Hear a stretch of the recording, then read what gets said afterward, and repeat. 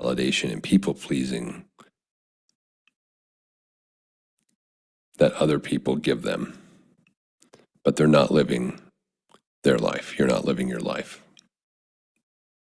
So they're learning how to create a life by design. And if you're interested in learning more about that, you can go to tmicglobal.com and check out whole life architecture. If you're finally ready to stop tolerating living someone else's life by default, we'd be happy to work with you and have you join our community. We've been talking about ego this week. What it is, why it is, what to do about it. As I've been saying, your ego is just your identity.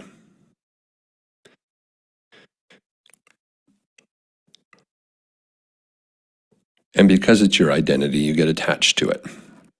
You believe it's real. You believe you have no choice. You believe it's who you actually are.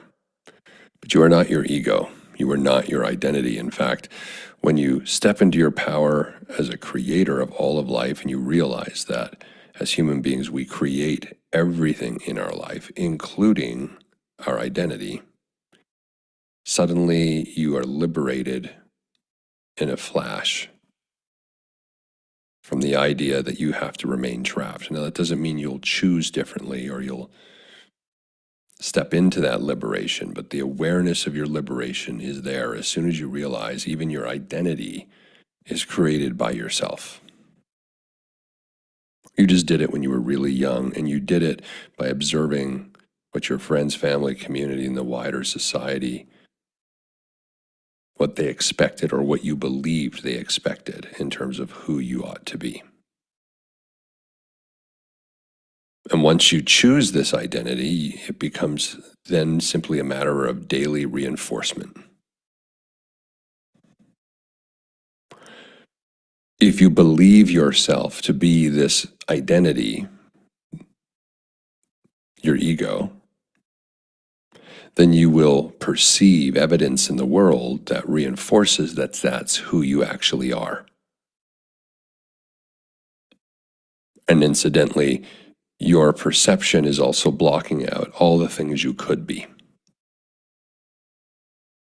Because the way our perceptual filter works is we perceive what we believe. If you believe yourself to be this ego, this identity, this defined by these traits and qualities and values and behaviors, if you believe that's who you are at the source, then you will perceive evidence in the world that that's who you are. Because we perceive what we believe, all of us have a perceptual filter that blocks out any and all data from the external world that doesn't conform to our belief system. This is the classic, otherwise known problem that psychologists refer to as confirmation bias. Our brain has a built-in bias. It wants to keep us safe and secure and protect us. And one of the ways that it does that is by reinforcing our perception of reality that conforms to our belief systems. So we don't have to question everything all the time. We can just believe what we believe. We'll perceive what aligns with that. And then that will become our worldview, our paradigm, or in this case, our ego identity. It becomes the water we're swimming in. And we defend it to the death. What we're seeing right now around the world with all of these conflicts is nothing but ego. Nothing but identity. Nothing but one side in a war not only defending their perception of reality, but wanting to control the perception of someone else or some other group and forcing them through threat of death to see the world and perceive the world their way, to come into line.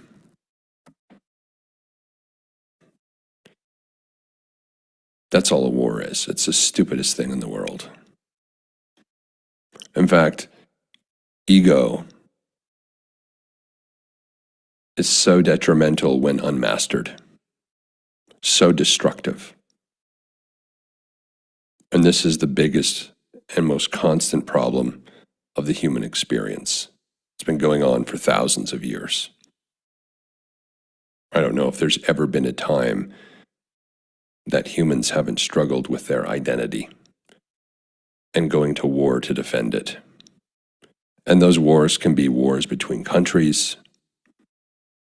They can be wars between communities. They can be wars within families. You think about all of the identity politics that has stupidly guided and driven our society. Our governments are supposed to be paying attention to how to make sure we have clean air, clean water, clean food, roads to drive on, the basics. And instead, for more than a decade, the West has been embroiled in its own self-destruction because of its identity, because of its ego, because of this identity politics crap. This is how destructive the ego is when it's not mastered. When you look outside yourself to define who you ought to be, when you don't create it from within, when you're more concerned with whether other people agree with you than aligning to who you authentically are and just being that and not needing others to agree with you. This is a sign of strength when you don't need others to agree with you, when you don't need others to conform around your perception. A sign of egoic weakness is when we're so uncertain about what we believe and therefore what we perceive and therefore the paradigm we're living in. We're so uncertain by that we need to drag others along with us against their will. Even in families, even in relationships between so-called lovers, the hate, once the ego flares up, is unparalleled. The fear underneath the hate, which drives this violence, is because we were never initiated as people. We never got to know ourselves authentically at a deep level. So most people are running around being someone that isn't even them and defending it to the death. And then you multiply that out from one person to a community, to a state, to a country, and then the behavior doesn't change. Simply the scale does. You have wars.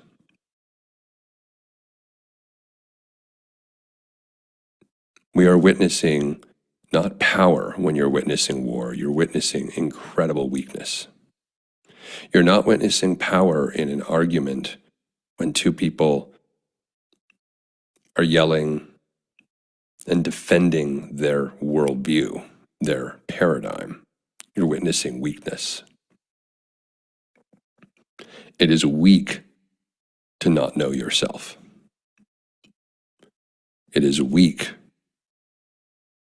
to have to defend a character that you're playing, a role, and you don't even know why.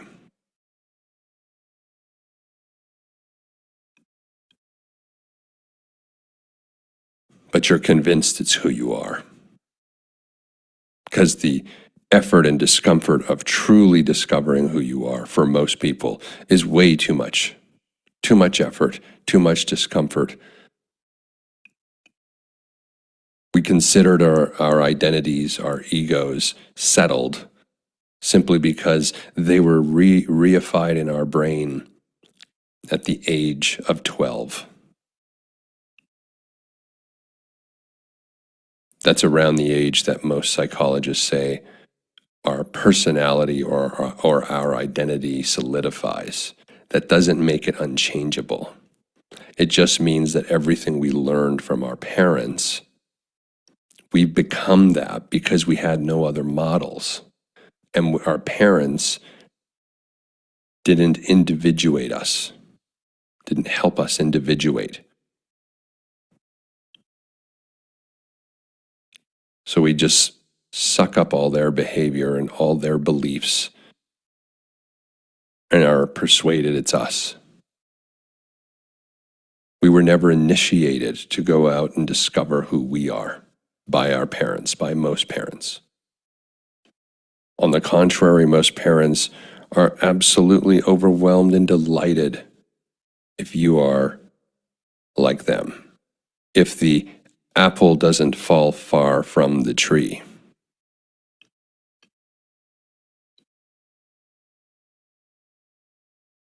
And so this question that seems to come up all the time in history classes in schools, why does history repeat itself? This is why. History repeats itself because we are uninitiated.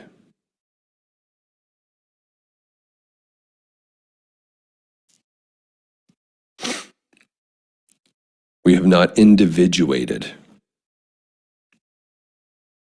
We've not individuated and we have not initiated ourselves. And so we're a mindless carbon copy drone of our conditioning. And anyone that challenges it, anyone that challenges that egoic conditioning, that identity of our conditioning, must be destroyed. How weak, how small so many of people in the world are playing. And then the final resort is we blame others. We can't even take responsibility for our behavior, for our actions. And you're seeing that on a mass scale at the level of governments. Children are running the world right now.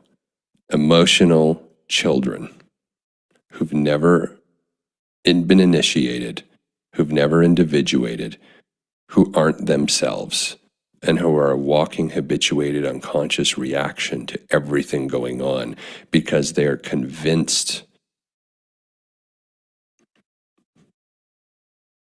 that the world is threatening their egoic identity and they must defend it at all costs. You know, nationalism is just ego identity. It's stupid. We're human beings on a planet which we are apparently destroying. And that's it. All this other stuff about nations and countries is all made up crap. It's made up. Everything's made up in the human experience because we're creators. That's what we do. We create things, we make things up, and then we make meaning around them. And then we convince ourselves that we must defend that. It's the biggest con job. Rather than going within and learning who we authentically are and creating space to thrive together, we have a world run by children, by uninitiated, unindividuated egos, defending their belief systems. And we do it at an individual level. Every problem in your life is a problem of the ego. In your own life, everything that you are in reaction to has its source in fear under the surface of having your ego, your identity threatened, of you being wrong, of you not being seen good and powerful. This is a big problem, but you have the power to transform it in your own life. You have the power to step into your position as creator of your life, beginning with individuating yourself and initiating yourself individuating yourself from your conditioning, separating yourself from your learned behavior, your learned identity, and initiating yourself, connecting to who you authentically are at your source, and dropping all the things in your life, re-architecting your life to conform to who you are, dropping the things that don't align with who you are. You have that ability. You can make that choice. And if you'd like to make that choice and do that work, that's what we do in whole life architecture. And the freedom of knowing and owning yourself. Because when you're in your conditioning, you do not own yourself. Someone else does. The society whose conditioning you're conforming to own you. Your friends, family, and community whose conditioning you're conforming to, they own you.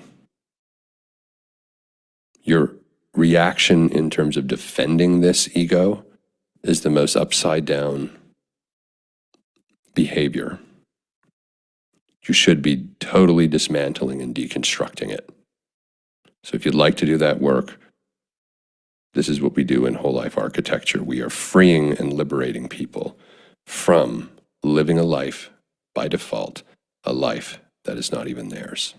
Let's move into our meditation this morning. We're going to do a watcher observer meditation. And this is a technique that helps you distinguish your thinking and your emotions from yourself. You are not your thoughts. You are not your emotions. Those two are artifacts of your conditioning. And as part of your ability to deconstruct this conditioning and to extricate yourself from it, to finally have the pleasure of knowing yourself, this technique of being able to watch and observe your thinking, watch and observe your emotions, goes even beyond what we do in the meditation. It allows you the ability to be in the world but not of it. You get to watch and observe the world and participate in a targeted way, in ways that align with you, and not just everything everywhere all at once. You get to choose when you want to participate and how, from a place of integrity and alignment with who you are. But you have to be able to distinguish and separate yourself from the of the world behaviors. Of the world behaviors are conditioning. When you are behaving of the world, you are bought in to everything that the world is doing and why it's doing it. You are bought into all of the cultural norms. Things like, which are now falling apart, but things like, going through grade school and then the expectation after you graduate from high school is you go to college, or then you get married and you have kids and you feed the system and you feed the nice consumer economy, which is now starting to collapse. But these are the norms that we buy into. What's expected of us. Maybe you wanted to do and be something else, but you shut it down. You became the conditioning. So learning to separate your thinking and your emotions first with yourself gives you a superpower, because then you learn to extricate and separate yourself from society. Not absolutely. It's not like you're going to live in the woods or something and have nothing to do with society. But as you go about your day, the things that people get trapped in, the dramas, the problems that people are constantly in reaction to in their life, they won't have a grip on you anymore. You'll be able to watch and observe them and not become emotionally reacted. We teach this in whole life architecture. It's called emotional sobriety. You learn to become emotionally sober, so you're not a walking, habituated, unconscious reaction to everything. You're outside of the drama. You're in the world, participating. You're going to work. You're doing, the things that need to be done. You're attending to your family if you have one. You're in the world, but you're not of the world. You're not of its expectations, its conditioning, its values, its norms. You at any point are almost like a CIA or an agent or a Navy SEAL of the of the culture. You can drop in and out when it makes sense. You don't have to be of it. You get this spaciousness. We've been talking about space between you and the of the world, and you feel a surge of power.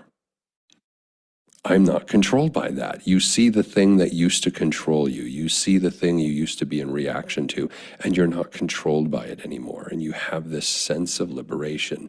That's what this technique, the Watcher Observer meditation, is training you to do.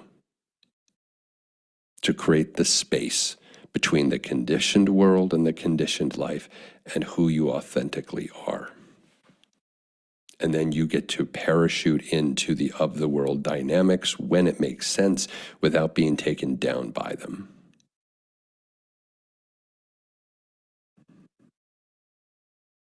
So we're going to practice this. Take a few deep cleansing breaths.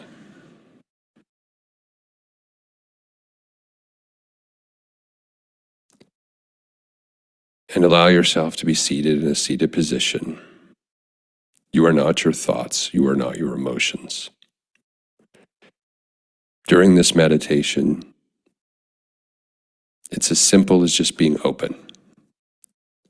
Opening your heart, opening your mind, opening your body, your energy, and allowing your thoughts to drift in and out of your awareness, which they will do. Your brain thinks. It's just what it does. You do not need to attend to every thought your brain thinks. You do not need to take action around every thought your brain thinks. It thinks like your heart beats. So thoughts will be thought, and they will drift in and out of your awareness. You can observe them, you can watch them, you can thank them, you can name them, but don't attend to them. Don't ruminate on them. Let them drift in and out of your awareness like a cloud drifting in and out of your field of view on a blue sky summer's day. The thought comes in and leaves. And as a thought comes in, sometimes an emotion rises with it. Let it rise in, feel it, acknowledge the emotion, and let it fall away. Let it roll away like a wave, drifting back out, rising and falling like waves on the sea. The emotions will come and go. You can just observe and watch them. And for the next few minutes, that's what we'll be doing. Watching and observing our thoughts and our emotions, drifting in and out of our awareness, and we do not need to attend to them. We are practicing inviting space into our awareness, space into our thoughts, space into our emotions. No longer having to just be busy attending to all of it. For the next few minutes, just be the watcher observer of your thoughts and your emotions. Experience the space between you and them. And I'll see you shortly.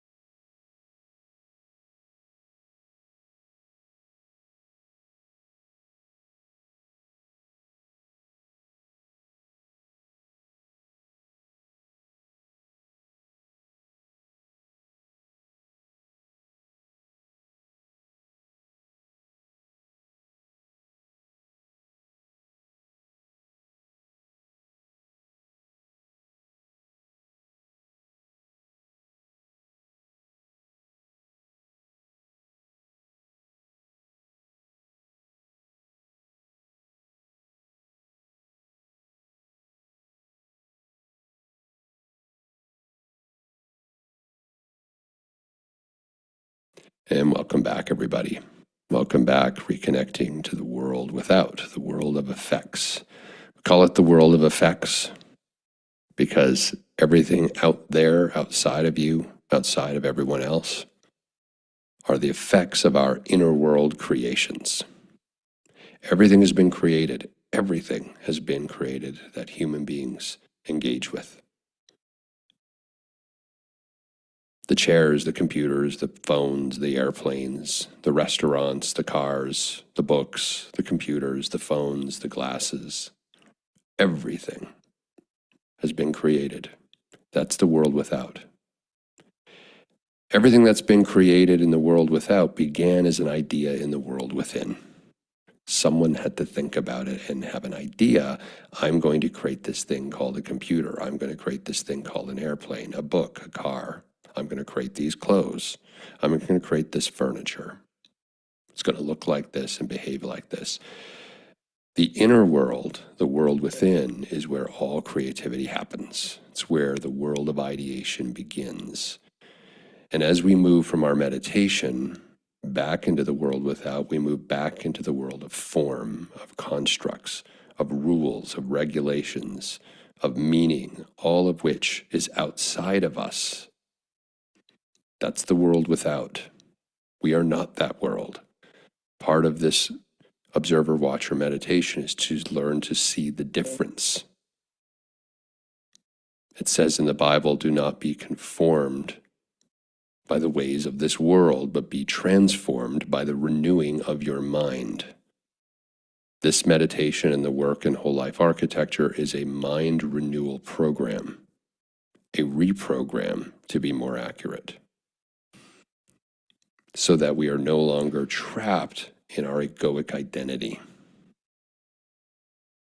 We can create it by design and be the master of it. And with that comes joy, peace, happiness, success, power, all of the things we say we want, but most aren't willing to put in the effort and go through the discomfort of getting it. Because it's not an outer world thing. It's not a world without thing. You can't go buy it. You can't just go consume it. You've got to create it. So if you'd like more information about whole life architecture, you can go to TMIC Global. I want to wish all of you a wonderful day, and we will see you again tomorrow.